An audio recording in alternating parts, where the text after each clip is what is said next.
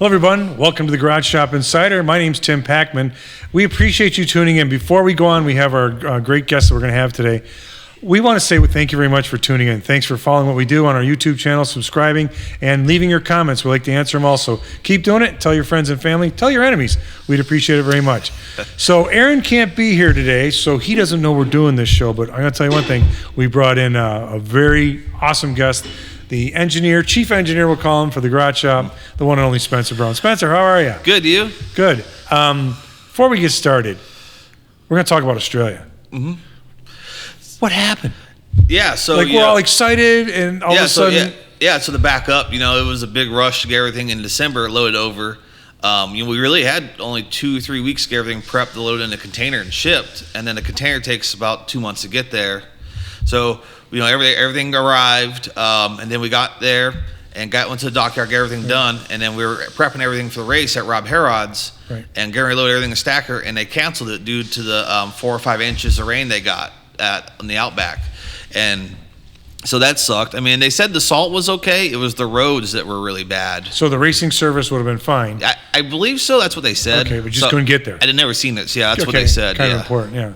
But yeah, they said the road is very vital to the farmers and the people who live in the Outback, because they usually have about 2,000 people that go to the Bonneville out there, or not Bonneville, sorry, Salt Flats. Right. Sorry, different country. same type of track. Yeah. But they got usually about 2,000 people that go to those races at DLRA, and they just didn't want to tear up that road, and there were some parts that washed out over like 2 rivers and stuff. So they just canceled it and they moved it to November. So we'll go back in November and try again.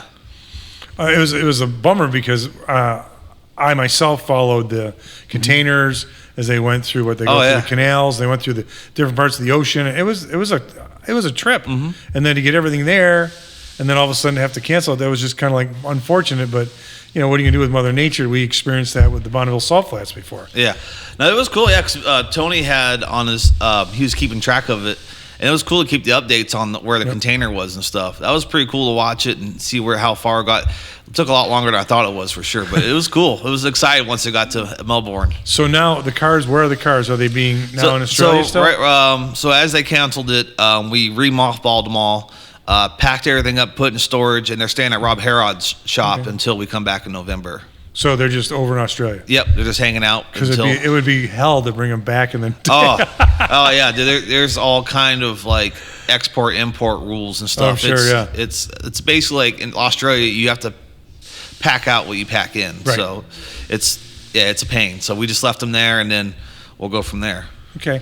So we look forward to going back in November. It's just a few months away. Oh yeah, just a few months. Yeah, it's going to come quicker than you think, because how things are here. Speaking of how things are here, so what else? So it's not like you're just going to sit around and wait for November. What else is going on at the garage shop? Now I see a lot of cars, a lot of cars in the shop. Yeah. So coming back, not to say that I wanted to race in Melbourne, but I was also glad to come back. We got a lot of work to do here too. So it was. We got the Pro Mod that we're gonna go in April. We got the Firebird. Where are you gonna do the one? We're gonna start doing testing for it. So that's the car we're gonna use as the test mule for the Streamliner stuff. Okay. So which that also is coming too. Yeah. So that's be exciting. Finally, it's good to see it come alive. I remember seeing shells of the body sitting everywhere and then putting it together. I know, it's weird to seeing it actually out there, just sitting there. It's like, whoa. Where is it right now? What's the process on that? So right now we're waiting on doing the Pro Mod engine testing stuff. So we did all the stuff with Steve Morris, did all that engine testing up there. We ran probably 150 to 200 runs on that engine, pulls. Good results? Amazing. Really? So, Steve did an amazing job with that engine. We constantly, we beat that engine up, and it never really fought us back. So it's good. It's pretty solid. So I think the testing for the Pro Mod is basically just try and get everything drivability out of it and just doing some small testing. I think as good as successful as the engine dyno stuff was, I feel like we'll have not that much work on the Pro Mod. Okay. And then the Streamliner, we'll move to that then. And what's this beauty we have sitting behind us? So this is another land speed car that we're going to race this year. I'm sorry, it looks fast before it even hits the track. Yeah, so actually this thing has been at Bonneville. They went 280 in this. Okay. So and they want to go faster. Of course. Always want to go faster. So we're working on some stuff right now. It got here a couple weeks ago. We just went through all the intake documentation and the phase development stuff. So it's going. So we'll try to maybe take this to Arkansas, do some testing maybe, Okay. but if not, Bonneville, and then some stuff next year. All right. Really excited next year. So I'm looking at an older Camaro sitting out there. Oh yeah. So there's another Camaro out there. Sorry, Firebird Camaro, and then it's an IROC car from Everham. We're gonna help him restore. Okay, good. So it came in about a week ago, and we got some work to do on it. It's a lot of work though. It's those cars. I mean, he says it's nice. It is nice. It's just they're a lot. Sure. So Well, it's a 70 what? 74, I believe. Okay. Very good. Yeah, there's probably a page long list on it.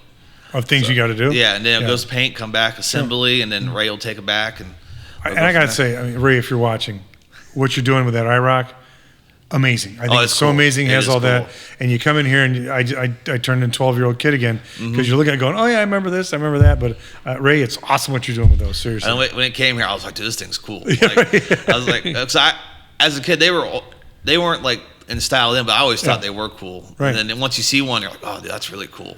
Well, if you go to short tracks around the country, you see old Camaros. Like, old Camaros don't die; they just become race cars. No, on dirt and asphalt. Yeah, exactly. It's a shame to see. Yeah, they always go race cars. So you're going to do work on that. What else do you have cooking? We got that. We got a couple cup cars we're doing for some guys. Okay. We have a real quick. When you say you're doing, like, what are they? So we're just doing what like aspect? restoration and then race prep work. Okay. So there's some cars we're doing like bodies. Some cars we're doing suspension. And some we're just doing ground up restorations on. Okay. I think there's 3 or 4. Actually, I think now I think about it. There's some are gone right now for paint, and some are here.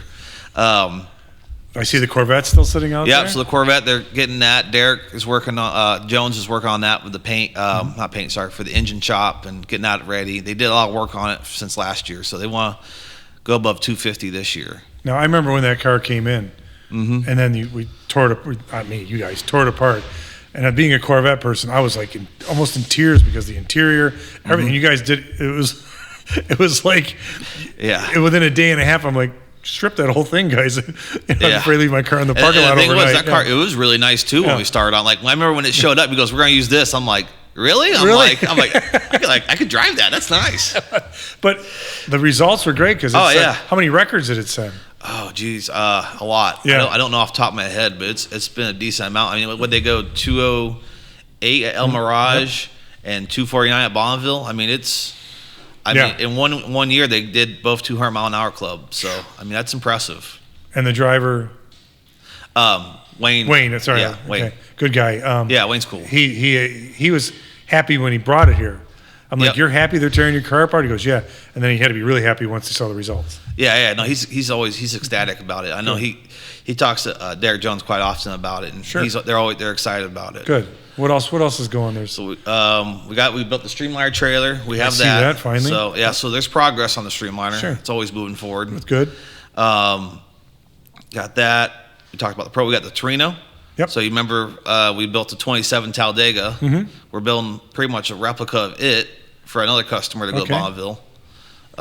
So you see that out there getting built. Yep. Got that. We got another Camaro. We're doing the roll cage in. It's getting finished up. I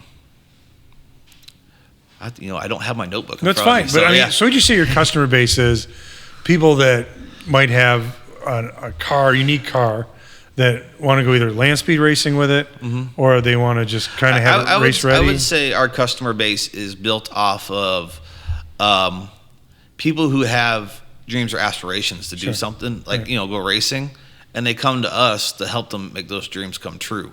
So we work very hard towards that. Like we got like Wayne, for example. He came in, he just wanted to go 200 in a Corvette. And then we blew that out of the park and going 250. I mean, that was his whole deal, was to set a record in a Corvette, 65 Corvette, and set a record in at Bonneville. We did that, and then we blew the doors off. And he's, and I think that's where we really excel at, is we go above and beyond what the expectation. We set people come here with what they want to do, and we exceed at it very well. So I mean, we have lots of projects like that have really succeeded. 3D printing. Yeah, I see. There's a couple more machines back in there. Yeah, so we still have our two printers. Yeah, we still have our two Stratus 450s. It's been okay. It's been a little bit slow beginning this year, but we still print a bunch of race car parts, stuff for Xfinity teams, some truck teams, brake ducts, radio boxes. We do contract work for other. We've done anywhere from helicopter parts, airplane parts. I mean, just most random stuff you name it. I mean, it all does. Yeah, so we do any work really that comes in the door on those. Not really limited to just race cars. I was just going to say, so it sounds like you're doing helicopters and airplane parts. Yeah, it's a variety of a customer base there. Yeah, it is. Yeah, and I would say aviation people are definitely a little bit different than race car people. Yeah, they're concerned. They want to go up there and stay there. Guys just want to go fast. They want to go up and land. Yeah, that's a little bit different ballgame. But no, we do a lot of that too. And we've even done some hot rod parts for guys who make we did some stuff for don't hold me on, but I think it was a 28 Plymouth. Okay. And it was very rare, and they only had one side of the rear headlight holder. They couldn't find the other side because there's literally only a few hundred of them left. So we scanned it and then mauled it and made the left sides for them. So, and then they sent them out to get metal coated or dipped, and then so they look like chrome. And then so he has another set. Just no one knows it's 3D printed. So you can pretty much do, I don't want to say anything, but quite a bit with the 3D printer. Yeah, I mean, so we did a lot of so we did some restoration stuff like that, and there's been some projects like that come in. It's been pretty cool, and then there's been some other stuff where we do a lot of scanning too. We've had guys come in, have us scan one-off parts. Like we had those Hall Moody parts that one time come in that were the last ones ever, and we scanned all those just to archive them for those guys. And that's a lot of history right there. Yeah, and so oh my gosh. Yeah, and there's been stuff like that that's come in that's either a one-off or very old or something unique. They scan and want us to archive or modify or something like that, and then print for them. Okay. And so that's been going good too. The scanner we do a lot of in-house stuff though with. We should. So yeah. Take care of you first, and then we'll get the rest of the guys in there. Yeah. So what else happened in the shop there? What does that pretty much sum up what we have going on there? Yeah, that's pretty much it. Right. Just trying to think. Yeah, I mean, we got a lot. Getting the Pro Mod ready is the biggest thing right now. Okay. Working with Oscar over at Zelaya Brothers, getting it wired right now. They'll be back next week. Go over, do some hub dyno testing, and then we're going to do some testing on drag strip and stuff, and get that going, and hopefully get it ready for Arkansas. So that's what the plan is. Blytheville there? Huh? Blytheville, Arkansas? Yep. Good. So hopefully that's the plan. The goal is to get it to Blytheville for Vance to drive. So that's our biggest push right now, is getting it there. You gotta love Vance, man. Yeah. It's fast. I want to get in and drive the thing. Yeah. So I told him, it's kind of funny. And so so the whole that test Pro Mod is to do acceleration testing. We're doing a bunch of drivetrain testing and controls on the engine to control it, because we have to be able to control that whole system through the first couple of gears on the streamliner. So we're controlling our acceleration rate by the G's in the car with the inertia, for the sensors and everything. And so I told him, I'm like, dude, the fastest you're going to go in the first mile is 180. That's all the faster we're going to go to Arkansas. Right. And he's like, we bring more gas pedals then. That's Vance. Yeah, I know. I was like, yeah, I know. I'm like, that's Vance. I love it. Yeah, I know. It's kind of funny. I was like, yeah, I'm going to have to bring some. Like, it's going to be boring, but I mean, it's just part of the test procedure. Yeah. So, but it helps him too get acclimated. Yeah, it's good. Yeah, he kind of laughed, but yeah, he's good with it. Yeah. He understands. Like I said, Vance is an engineer, and he's one of the smartest people I know. He understands the process. Right. And we have a lot of methodical testing to do before we actually just say, all right, here you go. Here's 4,000 horsepower, and hold on. I'll see you in the end. Yeah, I'll be on the other side. Yeah. So no, we don't want to do that to him. So we want to take everything easy and collect data for the streamliner, and we're running our quick change in the back, and so we're doing a lot of different testing on that car. Very cool. Yeah, so I think it's going to be exciting. Finally get to see it go down the track. That'd be great. Put everything together. So last year we worked at Steve's for a couple months up there doing all the engine dyno testing and stuff, and getting that done. So he rebuilt put rods and pistons in it. But he said everything looked fine. We just did it as a precautionary because we've done so many pulls on that engine. So it's good though. I'm excited. Good. Are you ready, Vance? Are you ready to get behind the wheel of that thing, Vance? I'm looking forward to that too. I know he is. I know you are, Vance. I know he is. If it's got wheels and a motor, you want it to go fast as it can. It's good.